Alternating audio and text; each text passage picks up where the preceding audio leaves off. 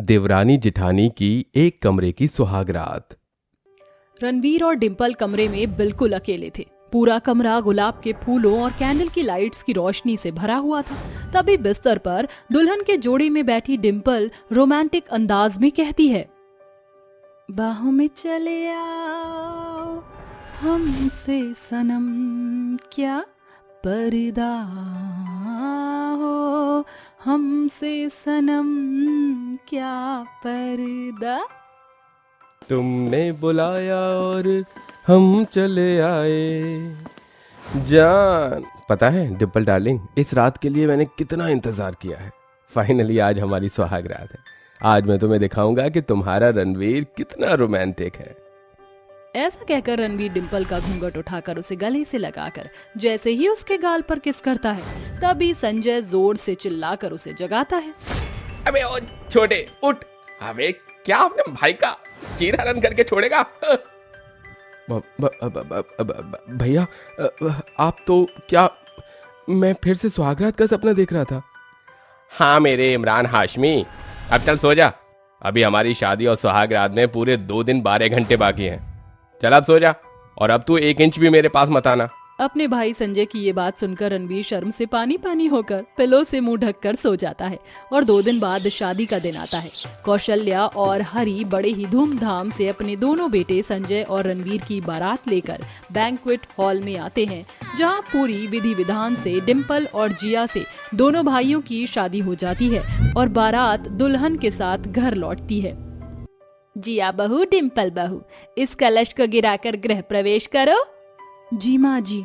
सासू माँ, मैं बहुत थक गई हूँ, आप बता दीजिए मेरा बेडरूम कहाँ है। हाँ मम्मी जी, मुझे भी मेरा कमरा बता दीजिए। बहू चलो, मैं तुम दोनों को तुम्हारा कमरा दिखाती हूँ। कौशल्या अपनी दोनों बहुओं को एक कमरे में लाकर कहती है, बहू ये रहा तुम दोनों का कमरा, आज से तुम दोनों देवरानी जेठानी को यहीं रहना है। एक ही कमरे में साथ रहने की बात सुनकर डिंपल और जिया कहती हैं, मगर सासू माँ, हम दोनों देवरानी जेठानी एक ही कमरे में कैसे रह सकती हैं? आफ्टर ऑल पति पत्नी का एक पर्सनल कमरा तो होना चाहिए। देखो बहू, जो है यही है। जरा ठहरो, मैं तुम दोनों देवरानी जेठानी की परेशानी अभी दूर किए देती हूँ। ऐसा कहकर कौशल्या कमरे के बीचों बीच एक पर्दा डालकर चली जाती है, जिसके बाद दोनों के पति कमरे में आकर पर्दे के पार्टीशन में चले जाते हैं। तभी रणवीर रोमांटिक अंदाज में कहता है, ये क्या डिंपल डार्लिंग, आज हमारी सुहागरात है, तुम्हें तो खुश होना चाहिए, फिर तुमने मुंह क्यों सुजा रखा है? एक कमरे में 2 कपल, ये भी कोई बात हुई? अपनी फर्स्ट नाइट को लेकर क्या क्या नहीं सोचा था मैंने, सारे अरमानों पर पानी फिर गया। बेबी गुस्सा थूक दो ना। ये देखो, मैं तुम्हारे लिए डार्क चॉकलेट लाया हूँ। इस तरह जहां रणवीर और डिंपल में नोक झोंक हो रही थी, वहीं दूसरी तरफ संजय और जिया का भी ऐसा ही हाल था। क्या बेचारे पति दोनों देवरानी जेठानी को एक कमरे की सुहागरात के लिए कन्विंस कर पाएंगे? जिया, इस शादी के जोड़े में तुम कितनी सुंदर लग रही हो। मगर तुम मुझे जहर लग रहे हो। अरे सासू माँ को जरा सी भी सेंस नहीं। अरे जाने दो ना जाने मन, चलो अब वक्त खराब मत करो। इस तरह दोनों भाई अपनी सुहागरात की शुरुआत करते हैं। तभी जिया की नजर फर्श पर चिपकी छिपकली पर जाती है और वो जोर से चिल्लाती है, अरे मेरी माँ, चिल्ला क्यों रही हो? अभी तो मैंने मैच शुरू भी नहीं किया। रणवीर, लगता है जेठ जी जेठानी जी के बीच बैटिंग बॉलिंग शुरू हो गई। अरे डिंपल डार्लिंग, चिंता मत करो, चौका तो पहले हम ही मारेंगे। रणवीर ऐसा बोल ही रहा होता है, तभी कमरे के बीचों बीच लगा पर्दा टूट जाता है और दोनों देवरानी जेठानी की नजर एक दूसरे से मिल जाती है। तो वहीं दोनों भाई भी एक दूसरे को देखकर शर्मा जाते हैं। अरे कहाँ गिरी? अरे डिंपल, मुझे क्या देख रही हो? मेरे कॉट का बटन गिर गया, उसे देखो, ढूंढो। इसके बाद दोनों देवरानी जेठानी पर्दे को दीवार से बांधकर अपने अपने पतियों से नाराज होकर सो जाती हैं। मगर गर्मी के कारण चारों की नींद नहीं आती। तभी सुबह के 4 बजते ही कौशल्या दोनों देवरानी जेठानी को जगाने कमरे में आती है। छोटी बहू, अरे ओ बड़ी बहू, चलो उठ जाओ। ये सही है, सारी रात मच्छरों ने सोने नहीं दिया और अब जरा सी नींद आते ही माँ जी ने हल्ला मचाना शुरू कर दिया। दोनों देवरानी जेठानी कमरे से बाहर आती हैं। अरे उठ गई मेरी बहुओं, चलो अच्छा है, जल्दी से काम खत्म कर लो। दोनों बहू काम खत्म करके नाश्ता बनाती हैं और नाश्ता करके उनके पति काम पर चले जाते हैं और रात को घर आकर सभी खाना खाकर सोने चले जाते हैं। रणवीर, सो रहे हो क्या? नहीं तो। चलो ना फिर आज कुछ तूफानी करते हैं। ऐसा कहकर डिम्पल जैसे ही रणवीर के करीब आती है तभी उसकी जेठानी जिया पर्दा हटाकर कहती है, सॉरी देवरानी, वो मुझे प्यास लगी है, पानी चाहिए। ऐसा कहकर जेठानी जोर से हंसते हुए पानी पीकर पर्दे के पीछे चली जाती है। तभी डिम्पल टशन भरी आंखों से रणवीर को देखकर कहती है, यू नो व्हाट रणवीर, ये सब तुम्हारे कारण हो रहा है। अब मैंने क्या कर दिया बेबी? तुम मुझे क्यों ब्लेम कर रही हो? अरे इतनी मुश्किल से तो मेरे अंदर रोमांस जगा था, जेठानी जी ने सारे मूड की ऐसी तैसी कर दी। हाँ, सो जाओ, गुड नाइट। इस तरह दोनों देवरानी जेठानी एक कमरे में रहकर बिल्कुल भी खुश नहीं थी। तभी एक सुबह जब जेठानी अपने ससुर को चाय दे रही होती है तभी हरी कहता है, अरे बहू, ये चाय और खाना पानी तो जिंदगी भर चलता रहेगा। अब जल्दी जल्दी मुझे ढेर सारे प्यारे प्यारे पोते पोती दे दो। ये सुनकर जिया गुस्से में पिनकते हुए किचन में आ जाती है और गुस्से में ग्लास बर्तन पटकने लगती है। अरे जेठानी जी, अपना गुस्सा बेचारे इन बर्तनों पर क्यों निकाल रही हो? देखो डिम्पल, मेरे जले पर नमक मत छिड़को। जब से शादी हुई है तब से मुझे अपना कमरा तुम्हारे साथ शेयर करना पड़ रहा है। अरे मैं भी तो एडजस्ट कर रही हूँ ना। हर बार मेरे अंदर सुहागरात के अरमान सुलगते हैं मगर आपके कारण वो अधूरे रह जाते हैं। दोनों देवरानी जेठानी कमरे को मुद्दा बनाकर लड़ने लगती हैं। तभी शोर सुनकर कौशल्या वहाँ आती है। अरे ये तुम दोनों क्या कर रही हो? झक मार रही हैं माँ जी। अरे तुम दोनों मुझसे कैसे बात कर रही हो? सुबह सुबह भांग खा ली है क्या? माँ जी आपने सुना नहीं, ससुर जी ने क्या कहा? उन्हें ढेर सारे पोता पोती चाहिए। अब मैं पिगी बैंक तो हूँ नहीं जिसे तोड़ा और ढेर सारे चिल्लड़ निकल आए। जब से शादी हुई है मुझे और देवरानी जी को एक ही कमरे में रहना पड़ता है। ऐसे में मुझे संजय के साथ रोमांस का चांस ही नहीं मिलता। अब जब सुहागरात ही नहीं होगी तो बच्चा आसमान से तो टपकेगा नहीं। और नहीं तो क्या माँ जी, अरे एक तो आपने हमें माचिस के डिब्बे जैसा कमरा दिया है और उस एक कमरे में हम दोनों देवरानी जेठानी को ठूस दिया है। अब आप ही बताइए सासू माँ, अगर हम दोनों देवरानी जेठानी की बॉलिंग बैटिंग होगी ही नहीं तो सिक्सर कहाँ से लगेगा? कैसे आएगा बच्चा? कौशल्या अपनी दोनों बहुओं की परेशानी को समझकर अपने पति हरि और दोनों बेटों संजय और रणवीर के सामने रखती है, जिसके बाद दोनों भाई मेहनत करके बहुत ही जल्द लीज पर 2 BHK का बड़ा घर ले लेते हैं, जहां अपना अपना पर्सनल कमरा देखकर दोनों देवरानी जेठानी बहुत खुश होती हैं। ऑल द बेस्ट देवरानी जी, तुम्हारी सुहागरात सक्सेसफुल जरूर। आपको भी जेठानी जी, फाइनली आज हमारे सुहागरात का सपना हमारे नए घर में आकर पूरा होगा। अरे कहाँ रह गई डिम्पल डार्लिंग? अब आ भी जाओ, मेरे अरमान बेसब्री से तुम्हारा इंतजार कर रहे हैं। आखिर में दोनों देवरानी जेठानी अपने अपने कमरे में जाकर खुशी भरी सुहागरात मनाती हैं। तो वहीं हरि कौशल्या से कहता है, अरे भाग्यवान, अपने बेटों को देखकर आज मुझे अपने दिन याद आ गए। हजी दिन नहीं, रातें संजय के बापू। ऐसा कहते हुए कौशल्या शर्मा जाती है और सभी खुशी खुशी रहने लगते हैं। अर्पिता अपने दोनों बेटों के लिए एक शहर की बहू लाई थी और एक गांव की, जिसमें छोटी बहू श्वेता बहुत ही गोरी थी तो वहीं बड़ी बहू बेहद काली थी। शुरू से ही लोग उसका काफी मजाक उड़ाते थे। अर्पिता को अपने बेटे के लिए काजल रंग रूप से पसंद नहीं थी, लेकिन चंद दहेज के चक्कर में अपने बेटे शिवाय की शादी उससे वो कर देती है। दोनों बहू का गृह प्रवेश कर वो घर के अंदर लाती है। हाय मेरी चांद सी छोटी बहू, कितनी सुंदर है। और एक ये है कल्लो माई। माँ, छोटी भाभी कितनी सुंदर है। हाँ, बड़ी भाभी भी सुंदर ही लाती ना, बिल्कुल श्वेता भाभी जैसी। क्यों काली कलूटी ले? अब मैं सबको कैसे मिलवाऊंगी? मेरी बड़ी भाभी इतनी काली हैं। बेटा जो हो गया सो हो गया। पता नहीं उस वक्त मेरे मन में क्या आया और मैंने अपने बेटे शिवाय का ब्याह इससे रचा दिया। पता भी है माँ जी, मेरी मम्मी कहती थी जब मैं छोटी थी और होने वाली थी तो उन्होंने मेरे समय में खूब काजू बादाम खाए और दूध पिया है, इसलिए मैं इतनी गोरी चिट्टी पैदा हुई हूँ। जेठानी जी की मम्मी ने ये सब खाया नहीं होगा और वो थोड़े गरीब भी तो हैं। कोयले की तरह दिखना तो उनके लिए आम है। हाँ, ये तो उन्हें 100% सच कहा। माँ जी, श्वेता, तुम्हारा इस तरीके से मेरी माँ की परवरिश पर उंगली उठाने का कोई मतलब नहीं बनता है। मेरे माता पिता ने कितनी मुश्किल से मुझे पाल पोस कर बड़ा किया है, ये सिर्फ मैं ही जानती हूँ। खाने पीने से चेहरे पर रंगत नहीं आती। देखो तो माँ, आती काली भाभी की जुबान कैसे कैंची की तरह चल रही है।